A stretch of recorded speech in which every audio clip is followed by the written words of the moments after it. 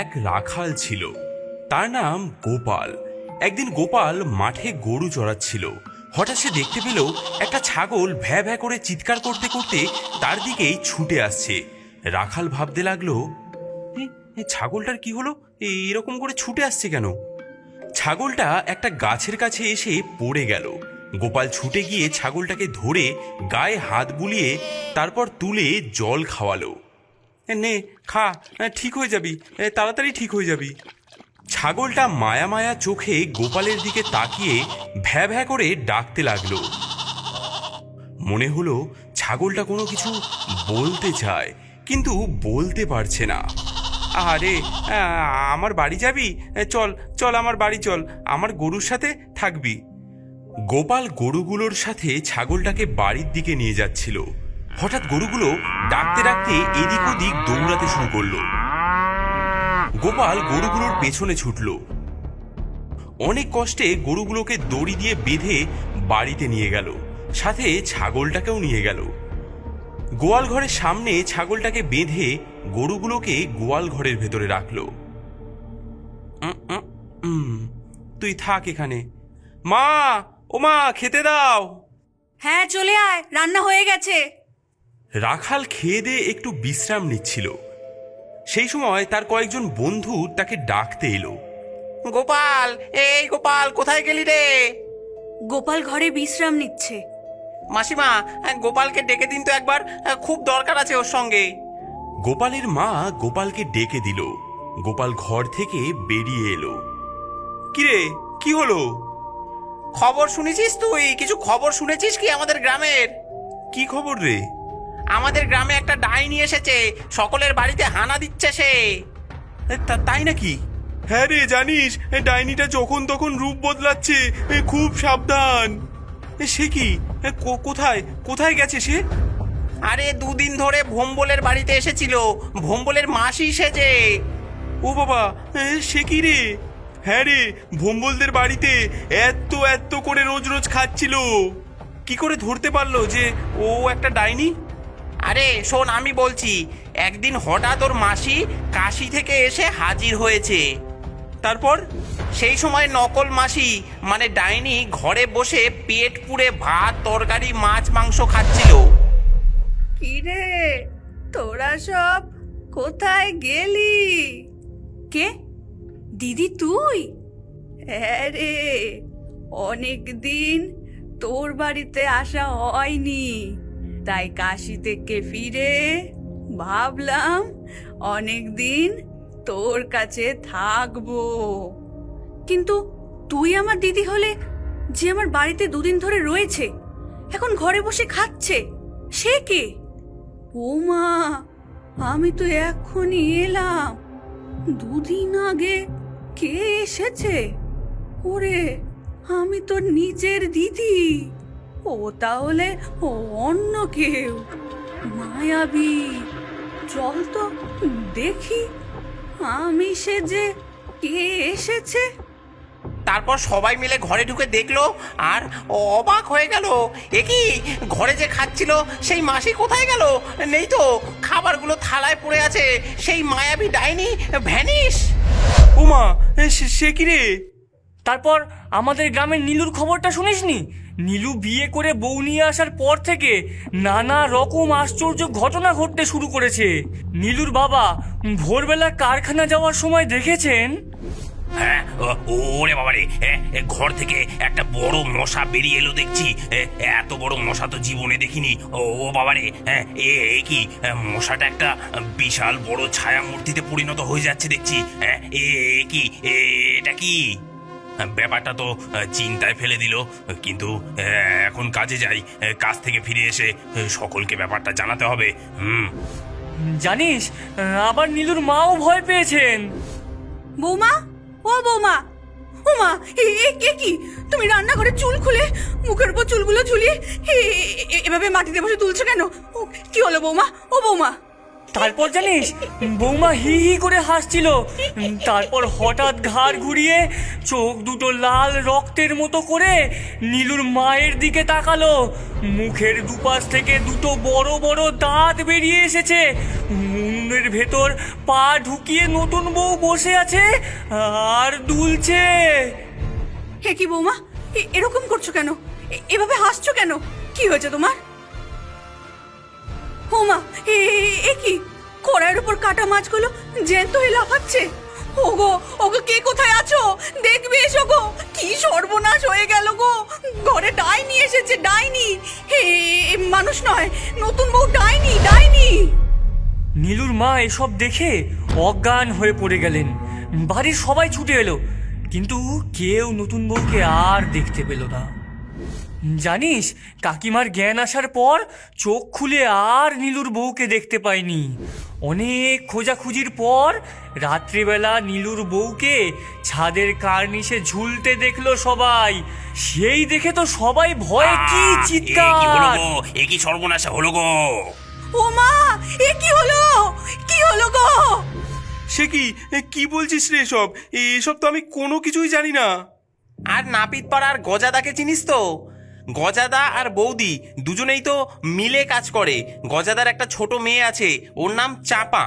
চাপা সারাদিন ঠাকুমার কাছে থাকে। একদিন বিকেলে চাপা বন্ধুদের সাথে মাঠে খেলছিল। খেলতে খেলতে একটা সুন্দর পুতুল কুড়িয়ে পেয়েছিল। বাড়িতে নিয়ে আসার পর ওই পুতুলটাকে নিয়েই খেলতে থাকে।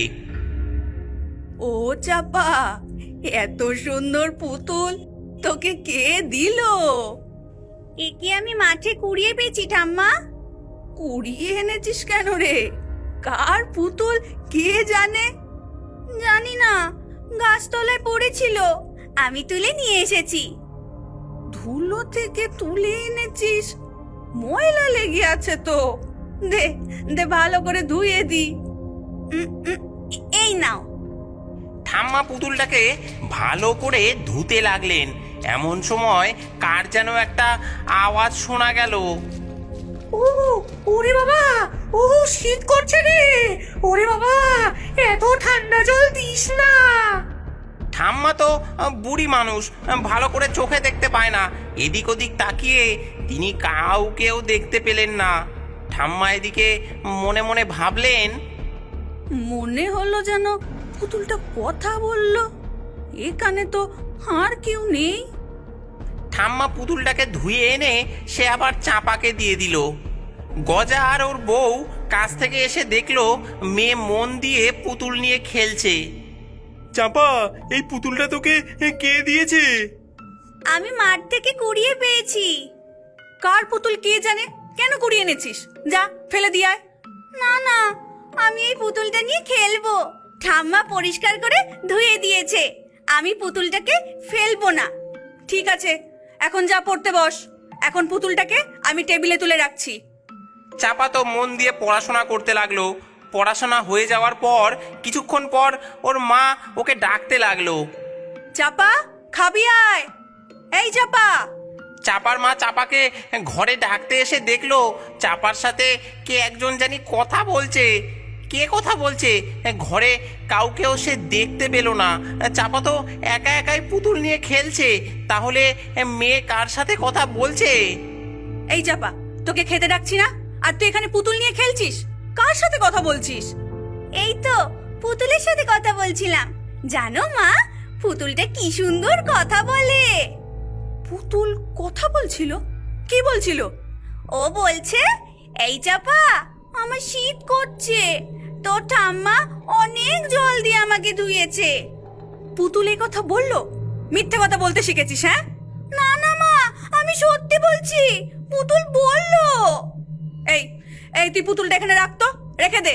আর এই পুতুল দিয়ে একদম খেলতে হবে না, অনেক রাত হয়েছে। আয় আয়, খাবি আয়। চাপার মা পুতুলটাকে আলমারির ওপর তুলে রেখে চাপাকে নিয়ে রান্নাঘরের দিকে যাচ্ছিল। হঠাৎ এমন সময় কে যেন বলে উঠলো, কি রে, আমায় খেতে দিবি না? আমার তো খিদে পেয়েছে। চাপার মা তো চমকে উঠলো। ঘুরে তাকিয়ে দেখলো পুতুলটা ওদের পেছন পেছনে হেঁটে আসছে। হে কি, আমি তো পুতুলটাকে আলমারির উপরে তুলে রাখলাম, এ নেমে এলো কি করে? পুতুলটাকে ধরে ছুঁড়ে উঠোনে ফেলে দিল চাপার মা। কিন্তু হঠাৎ পুতুলটা কেঁদে উঠলো এবং সঙ্গে চাপাও। আমার পুতুল ফেলে দিলে কেন মা?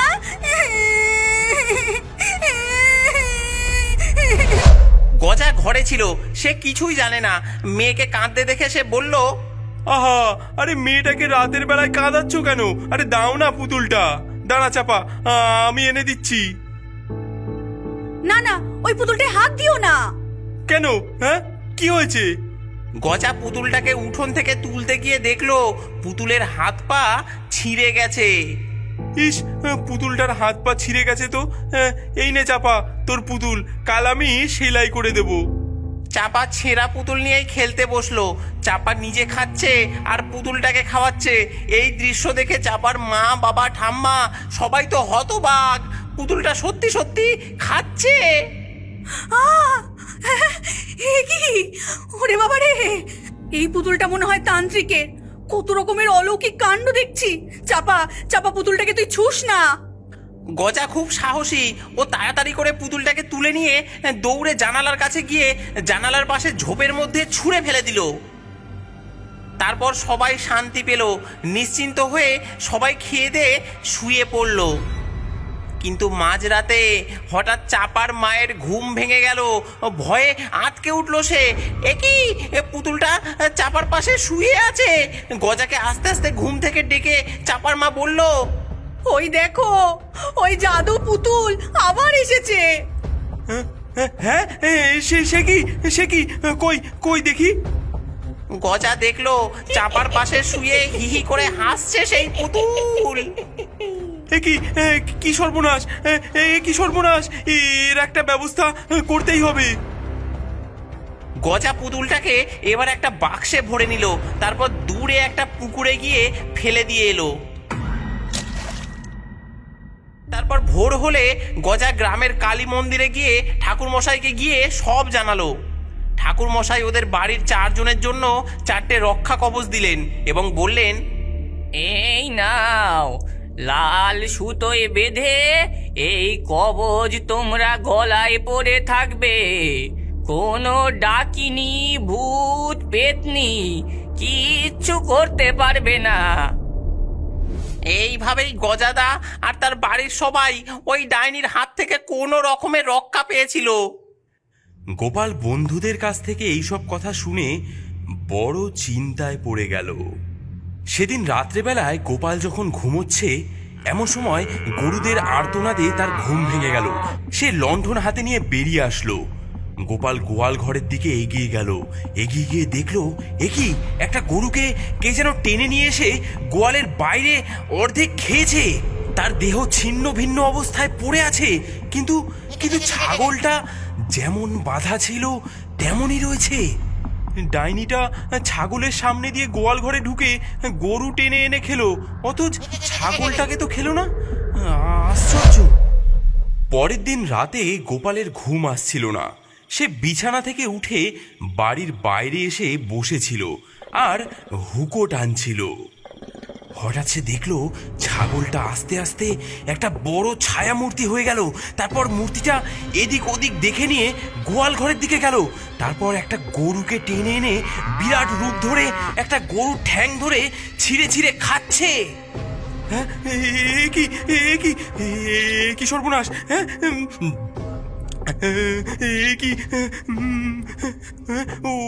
ওরে বাবারে, ওই ডাইনি ছাগল রূপে আমার বাড়িতে এসেছে।